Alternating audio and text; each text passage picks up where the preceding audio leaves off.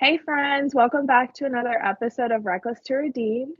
Today, Ashley is going to be telling her personal testimony and the way that God moved so much in her life. Being best friends for 11 years, I have personally been able to witness some of this, and it is just absolutely incredible. God is so good, and He can do such amazing things in your life when you just give it all to Him. So, I will go ahead and let her get started. Yes, Lizzie, I am so excited that we are finally doing our testimonies and I am able to share the goodness of Jesus and what he has done in my life and throughout my life, as well as the trials and tribulations that has happened throughout my life. And I just remember as a little girl at a very young age, I was about age 5, and that's when I started noticing that something was just off about me and something was just weird. And I was like, what is wrong with me? Why am I not like these normal kids? And it would even be like the clothes that I was wearing was like I would wear the same outfit for like a week straight. People would even make fun of me and be like, why are you wearing the same outfit? It's just so silly when I look back on. But little did I know that I had ADD. So I had no idea at the time. And I didn't know that I had that until I was about 8 when I had my first seizure. And it was extremely unexpected. And it was so traumatizing for my mother. And I just remember she found me and she was just like, oh my gosh. And I started medication. And then from that medication, it started anxiety and depression because of just the side effects of it. So I was prescribed another medicine for that. And that's when they found out that I had ADD as well. So I have been on prescription medication at a very, very young age, which now I know that that's just a spiral effect. When you start one medication, you're going to need multiple medications. But being young, I had obviously no idea. So when I got diagnosed with ADD, I got put in actually special ed classes. And I felt like that really hindered my confidence and my ability to think that I was capable of things. I just was like, is this really my life? Like, I barely had any friends. People didn't really want to be friends with me. The only time that I felt good was on the softball team, which I was a part of a travel softball team. I absolutely love the sport. And so that kind of took me away from everything that was going on in my life at those times. About 13 years old, I moved from West Palm Beach, Florida to good old Kentucky. And I had to start from ground zero with friends, which honestly I loved because nobody knew who I was. Nobody knew that I had a disability. Nobody knew about my past. I was able to start over. The only downfall was that my parents got divorced right before we moved, and that's why I moved up here. So I didn't have my father currently with me growing up through high school, which I think affects a lot of people when they don't have one of their parents to be able to kind of guide them through life. I did see him on the holidays and things like that though, but I just felt like it wasn't enough. So when I started 8th grade, I was brand new to the school. Nobody knew me. And the first thing I had to do was I had to start in special ed classes. The only people that knew that I was in special ed was the people that were my class because I remember having to sneak through the hallways to try to make sure nobody saw me because I made friends, at lunch and in other classes. And I was just so ashamed because I was like, why I don't think that I need to be in here and it's hindering my ability to learn. So they actually Kentucky testing tested me and I was able to be in normal classes. There wasn't anything wrong with me in their eyes. So I felt like this is my chance. This is my time to shine. I'm going to be able to feel normal. I did. I ended up making a ton of friends and that was just their turning point for me when it came to like my social game and stuff like that, which means I basically looked at my friends as my worth. So I found my worth if my friends thought I looked pretty or if I got invited to places. It was all about other people other than myself. So I always felt like there was something that was just missing. Then that's kind of when things started to kind of spiral out of control. I had my first boyfriend the summer of going into freshman year. And I just remember being boy crazy and just wanting like all the attention on me. And I didn't know that it was actually something eternal that I was missing. So I was just chasing after that thrill of I just want someone to like me, someone to think I'm pretty or cool or popular. Then I was just like, I'm just basically going to date one kid to the next kid to the next kid. And it was just spiraling until I was about 15. I had my first sip of alcohol, which I actually ended up getting a underage drinking charge, which is insane. At 15 years old, my mom had to pick me up from a party because I took a shot of wine. I wanted to feel cool and everyone was taking shots, so I took a shot of wine and I got breathalyzed. And it was crazy because I was not even drunk. But that feeling that I got from that one shot of wine is when the partying started to spiral out of control. I felt normal when I drank. I was super excited to be able to go out with friends, had a group that, just loved me, thought I was great, thought I was normal. They didn't know my past. They didn't know all the struggles that I went through.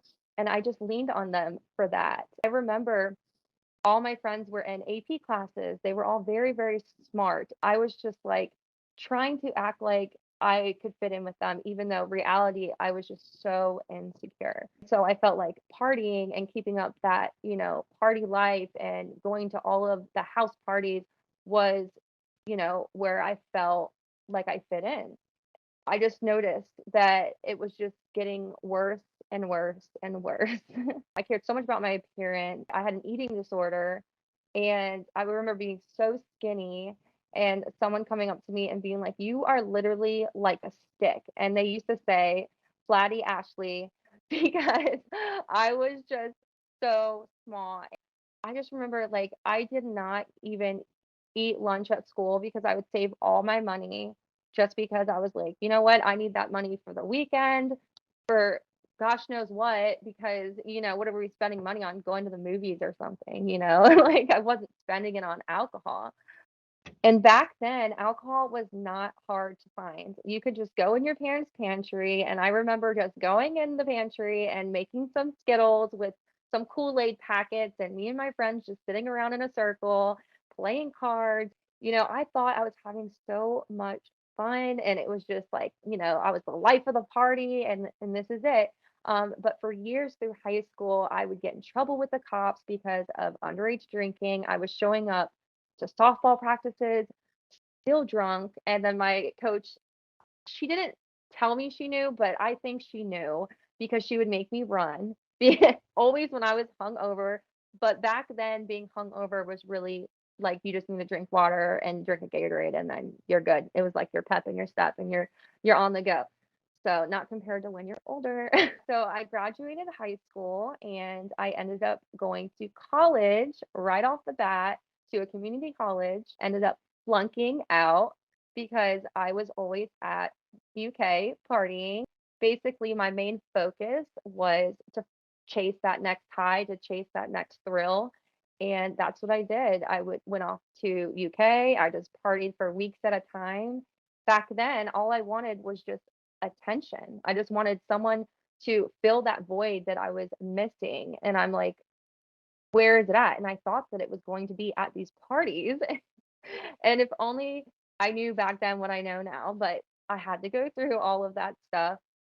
So 2012, that's when I met my best friend Lizzie. She was 17 at the time and I was 20. We were just crazy party girls. I mean, I know you can remember our first encounter, probably drinking vodka. Now, actually, the funny thing is I can't remember our first encounter. Like, Yeah, I that's just very know true. I just know we met at a party and that's it. Like, I don't remember anything else from that night. Yes, absolutely. It's so crazy just looking back. But glory to God, right? So Yes. then since I was just a party girl and just trying, I remember just asking Lizzie, "Can you find me someone to date? Can you find me someone to date?" Like I was just so lost. Like so lost. It is just so crazy when I look back at all the times that I just put my worth in these boys. These boys, they're not going to fulfill you at the end of the day. They're not. So in 2013, I was going to a party. That's when I met my children's father. I just thought this man is just This is it. I remember Lizzie meeting him, and we were all like, he's so fun. He likes to party, all that stuff. I ended up having our first son in 2013 as well. So I ended up getting pregnant pretty quickly. And that's kind of when reality set in for me. I realized that, wow, I have a baby now. I can't be partying all the time. But we were still young. Our selfish desires wanted to go out on the weekends. When we had our kids, we chose to do that. Majority of my son's life from probably 1 to 2 years old, we were just partying on the weekends or any weekends that we could. And that's something that I, have had to get through, know that it was just before I had Christ. And you're not going to make the right decisions before you have Christ because I was just searching for that thrill. So, unexpectedly in 2014, I got pregnant with our second son. I was just completely in shock. I remember even thinking in my head, like, I don't think I'm going to be able to do this. I called Lizzie. I was like, there's no way I'm going to be able to have two kids. But I ended up, just going along with it and going along for the ride. It was a very hard pregnancy for me because I ended up being pregnant alone. I remember just that's kind of where my relationship with God was super strong at that time because he was all I had to talk to. And I just remember sitting there crying just all the time, holding my stomach and just being like, why am I so depressed? Why do I not want this kid? Why do I not want to be here right now when I have a kid that's kicking in my stomach? And it was a horrible, horrible time for me. I just remember I was going crazy. I was going nuts. The only thing that I could do was cry out to God and to talk to him. Glory to God because he was with me that entire time and he got me through that. Because to be honest, there was a lot of times during that period that I did not want to be here anymore. I knew that I had two sons now that need me. And so I just leaned on God for the comfort. And then Easton came unexpectedly at 31 weeks because my placenta ruptured. That itself was super traumatizing. And I know God was with us because the doctor said if he would have stayed in for probably 20 seconds longer, he wouldn't be here today. So I am just so grateful that he is. And he has a couple medical conditions he was born with, but other than those, he is a healthy, just strong, loving boy. And he's just so sweet. And I'm just so lucky that nothing happened to him. I ended up getting back with my kid's father.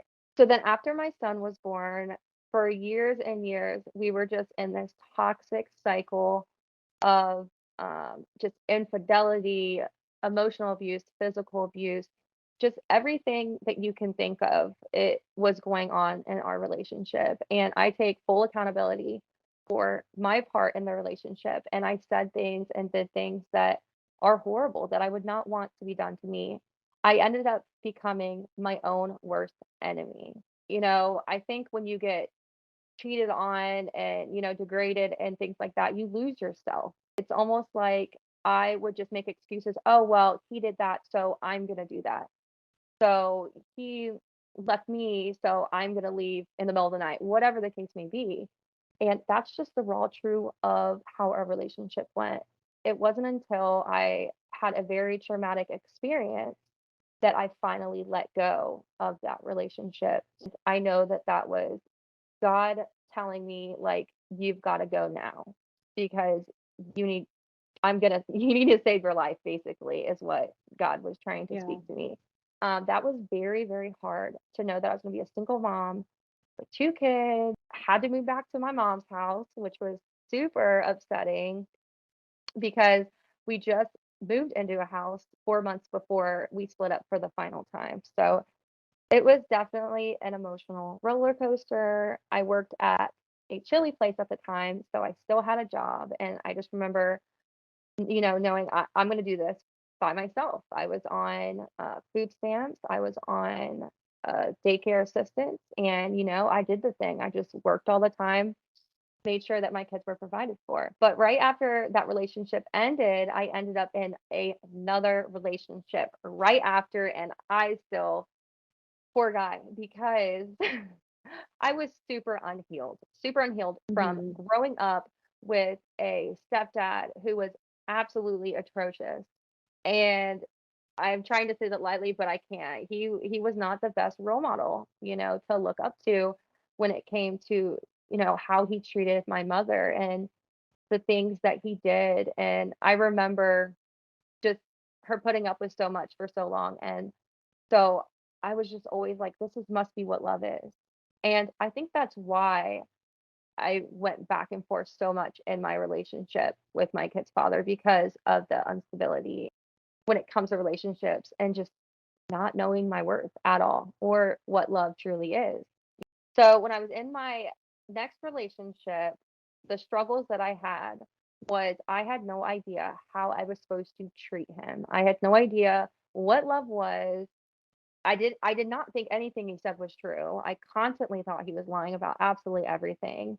And I was still in this drinking cycle. And I was drinking, I was smoking weed, and I was just trying to do anything to numb the pain of all the trauma that I previously went through.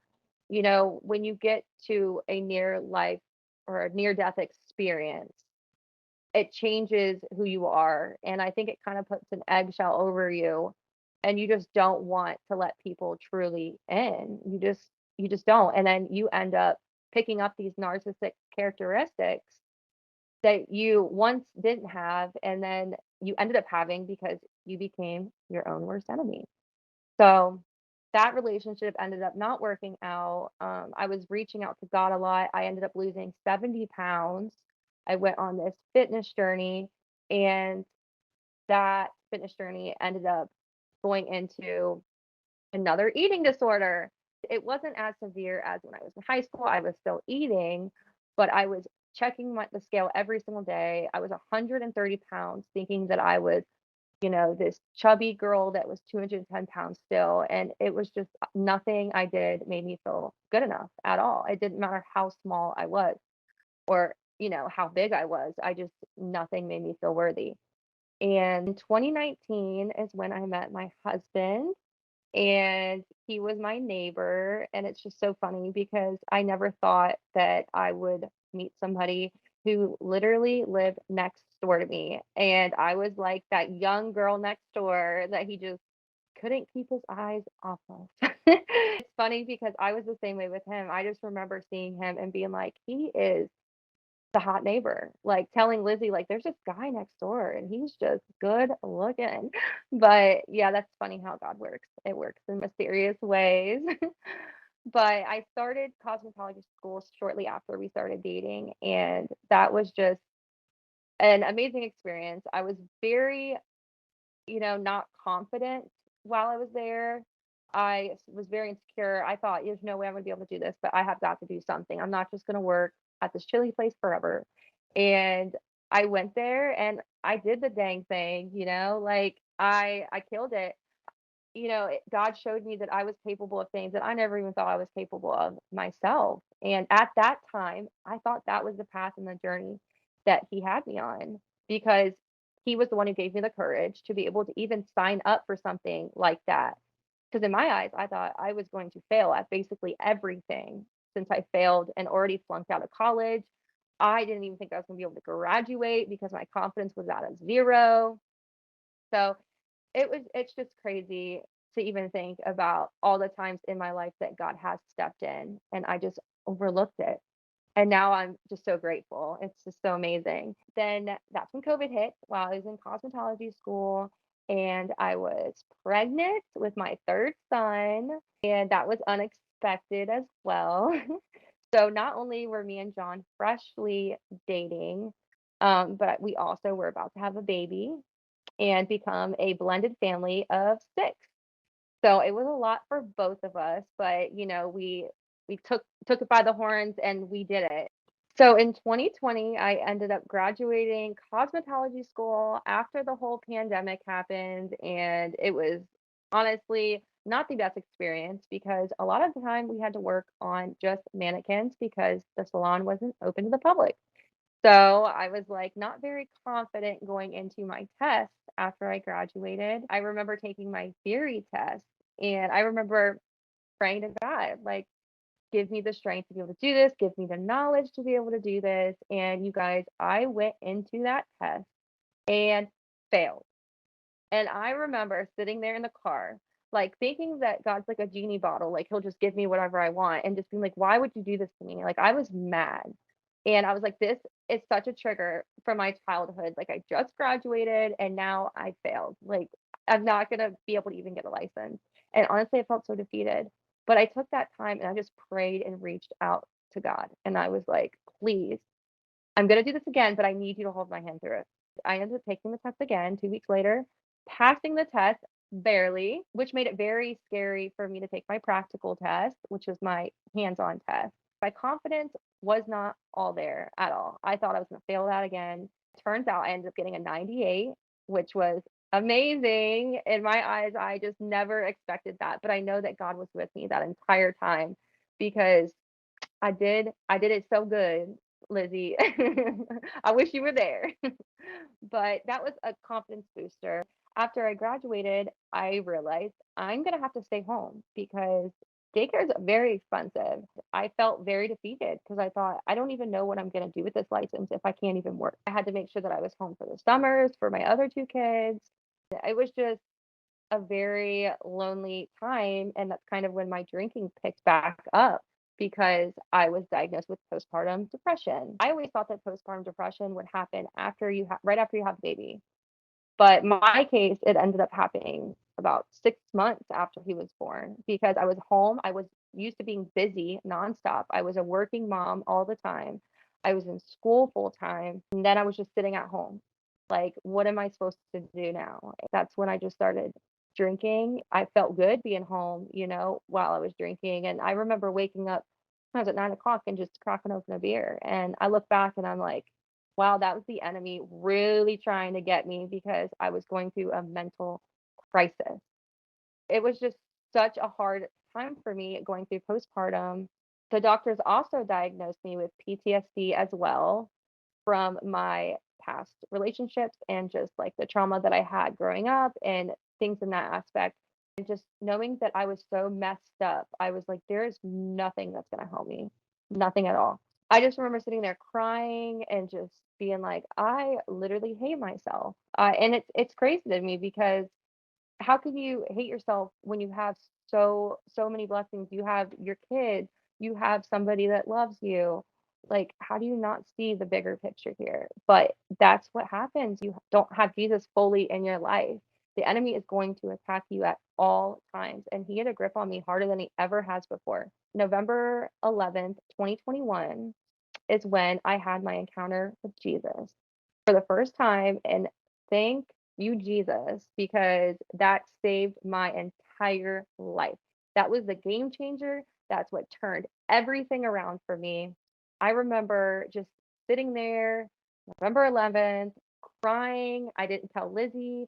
My husband knew I was going through stuff, but he didn't know how to react or what to do because he was like, what is going on with you? This isn't the girl that I started dating. Like, you're being cuckoo.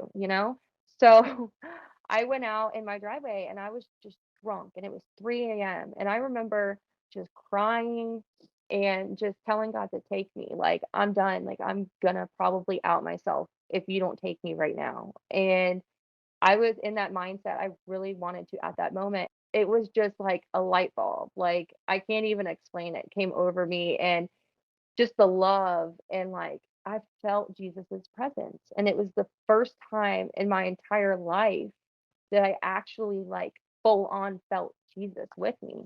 And he told me, "You have a purpose." And I'm like, "There's no way." I was crying. "There's no way I have a purpose. What do you mean? Like, what am I going to do? How am I going to help people if I can't help myself?" And I was just masking all these feelings for so long. And God made me feel worthy. And He told me that I was His daughter and that He loved me and I had a purpose.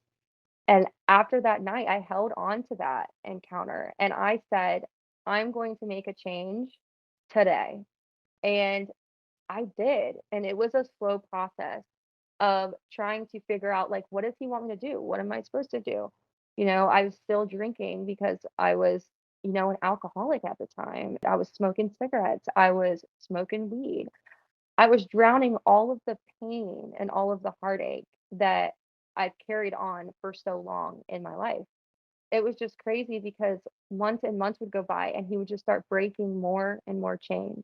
And like it would be the chains of, self-worth. And I remember just sitting there crying, going to the gym and just crying to him and reaching out. Every morning I would pray and reach out to him, and I would feel him holding my hand as I'm going in the car. It was just something supernatural, something that it's hard to explain unless you've experienced it. It's truly incredible. That was really just the time in my life that I knew I am going to change because I'm going to put Christ in the center of it. I remember telling Lizzie, like, we were talking about God, and she's just like, we just keep talking about Jesus. Like, it's just so amazing how our friendship went from gossiping and drinking and living for the world to actually, living a life with purpose together. God gave me the confidence to be able to quit drinking alcohol, which defined me for 15 years of my life. I was this party girl. I was this, you know, attention, this girl that wanted all the attention, lustfulness, just wild. And I felt calm. I felt like a sense of peace that I've never felt before. I remember telling God, like, how am I going to even do any of this? Like, I'm on, I had a platform on TikTok and I was this crazy savage mom. I was this huge party girl. I had videos dancing on the bars. Like, how am I supposed to do this? And he was like, just talk about me. Just tell your story, share your testimony. Let's see what we can do with this platform. It's incredible. I remember when I changed it to, Christian TikTok, I lost a lot of views. I probably lost followers and I didn't care. I was like, I'm doing this to glorify God. And coming from someone who used to post selfies on Facebook just to feel good, like that's crazy that I was willing to do all that. But I'm willing to do anything to glorify the person, not even the person, the supernatural father that saved my life. I was willing to give up anything. And I noticed my heart started to change. My desires started to change. Our friendship started to change. And we were just blossoming into, beautiful creations in Christ. And it was something that me and Lizzie both haven't experienced before, until 2021. And I just think that's just so amazing that he was able to do that in our friendship. Yeah, with our friendship, it's really crazy because we don't base our friendship around partying. Actually remember the first time that you came down because every time you came and visited, we would always get drunk. And it was what, probably a year ago now or something, you came down, and or at least close to that, and we didn't drink at all. We literally just hung out, and I was like, "Wow, like we actually like each other. Like we're actually having a good time without alcohol." And it's crazy because that's been our whole friendship. It's actually, I mean, we didn't really even know each other outside of alcohol. I mean, there was nothing, like, we didn't have any type of relationship outside of alcohol, so I think it's absolutely incredible that we have such a strong bond. Like, I consider you a sister, and I'm just so blessed that, God has thrived this friendship after so many years of destruction. It's amazing.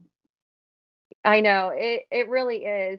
He just completely broke the chains to my addictions, that my whole life I thought that I was going to live with. So then throughout this past year, I started noticing that God was taking those desires away from me because I was asking him to. I was like, please take away the desire to drink, take away the desire to smoke cigarettes.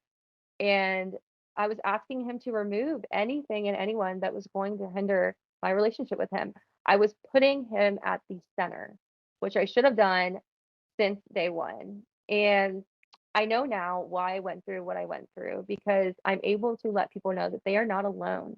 If you grew up with some type of disability or some type of illness or some type of trait that you look down on and that you don't think is worthy or anything like that, you are worthy of love. You are worthy of the king. I've always let my insecurities define me, and now I let Jesus define who I am. So all of those years that I thought I was unworthy, unlovable, I was stupid, that I was not capable of things that everybody else around me was capable of. And by surrendering everything to Jesus, he broke the chains and I finally found freedom. That is absolutely an incredible story. I just love it. It is so easy to get caught up in our world, and it is such a dark place to be. Walking with Jesus can also be difficult, because now you have the whole world against you. But the thing is he gives you hope. And that's what everybody needs. They just need hope. And even when I'm having, my worst days, I just think about one day I'm going to be in the arms of Jesus, and that really just gets me through. I mean, it really does. Ashley, your story is amazing, and I love you I know, I'm so, like so tearing up. much. Love you. That's Like, I really do. And I'm blessed that I can, I was able to see parts of that. Did I hate you going through that? Yes. But you got out of it, girl. Like, here we yes. are, Hmm. um, just loving Jesus. And I love it. I love it so much. And I'm so excited for you to be able to share your testimony on what Jesus has done in your life as well. And I just am so grateful that we're able to glorify God and all of his good works. Yes, I am so excited to share my testimony. Ours are similar in some aspects, but they're also very different. And it's just really exciting, and I'm looking forward to it. So we will see you guys next Wednesday for my testimony. Yes. Love you guys. Love you. Bye.